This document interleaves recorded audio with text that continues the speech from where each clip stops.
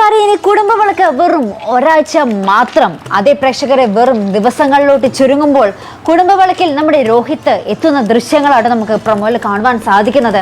പക്ഷേ എൻ്റെ ഒരു സംശയം, ഇത് നമ്മുടെ സുമിത്രയുടെ സ്വപ്നമാണെന്ന് മാത്രമാണെന്ന് വെച്ചാൽ രോഹിത് പറയുന്നുണ്ട്, നിനക്കിനി ഒരു കൂട്ട് ആവശ്യമാണ്, ഒറ്റയ്ക്ക് ജീവിക്കാന്നുള്ളൊരു നിന്റെ ആ ഒരു ധൈര്യം അത് വെറുതെയാണ്, നിനക്കൊരു കൂട്ട് എന്തായാലും വേണം സുമിത്ര എന്നൊക്കെ പറഞ്ഞിട്ട് നമ്മുടെ രോഹിത് ഇങ്ങനെ മൺമറഞ്ഞു പോകുന്ന ദൃശ്യങ്ങളാട്ടോ. ശേഷം നമ്മുടെ സുമിത്രയുടെ മൂന്നാം വിവാഹം, നമ്മുടെ വിശ്വനാഥുമായിട്ടുള്ള ഒരു മൂന്നാം വിവാഹമാണ് നമ്മുടെ കുടുംബവിളക്ക് പ്രൊമോയിൽ കാണുവാൻ സാധിക്കുന്നത്. എല്ലാവരും സാക്ഷിയായി സന്തോഷത്തോടു കൂടി നമ്മുടെ വിശ്വനാഥിനെ വിവാഹം ചെയ്യുന്ന സുമിത്ര, അതാണ് നമ്മുടെ പ്രൊമോയിൽ. അപ്പോൾ ആ പ്രൊമോയിൽ കാണിക്കുന്നുണ്ട് രോഹിത് ഇങ്ങനെ സാക്ഷിയായി വരുന്നതും കാണിക്കുന്നുണ്ട്. ഇനി ശരിക്കും അത് രോഹിത്താണോ അല്ലെങ്കിൽ സുമിത്രയുടെ ആ ഒരു തോന്നലാണോ സ്വപ്നമാണോ എന്ന് നമുക്ക് കണ്ടു തന്നെ അറിയേണ്ടിയിരിക്കുന്നു പ്രേക്ഷകരെ. രോഹിത് വരുമോ അല്ലെങ്കിൽ രോഹിത് എന്നുള്ള ഒരു സുമിത്രയുടെ സ്വപ്നം മാത്രമാണോ?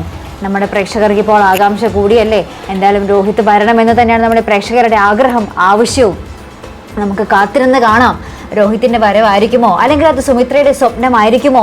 വെറും ദിവസങ്ങളിലേക്ക് ചുരുങ്ങുമ്പോൾ കുറേ സംഘർഷപരമായ മുഹൂർത്തങ്ങൾ നമുക്ക് കുടുംബവിളക്കിൽ വരാൻ പോകുന്നുണ്ട്. നമ്മുടെ സ്വരമോളെ കണ്ടെത്താൻ സാധിക്കുമോ? സ്വരമോളെ ഒരു അപകടവും കൂടാതെ കണ്ടെത്താൻ സാധിക്കുമോ? നമ്മുടെ രഞ്ജിതയുടെ കാര്യം അതെങ്ങനെയാകും?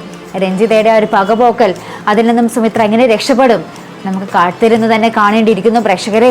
അപ്പോൾ എന്തായാലും ഇതുപോലെ പ്രൊമോ റിവ്യൂസിനും എപ്പിസോഡ് റിവ്യൂസിനും ഒക്കെ നിങ്ങൾ മറക്കാതെ ചാനൽ സബ്സ്ക്രൈബ് ചെയ്യുക. അടുത്തൊരു വീഡിയോ വരുന്നത് വരയ്ക്കും ഗുഡ് ബൈ.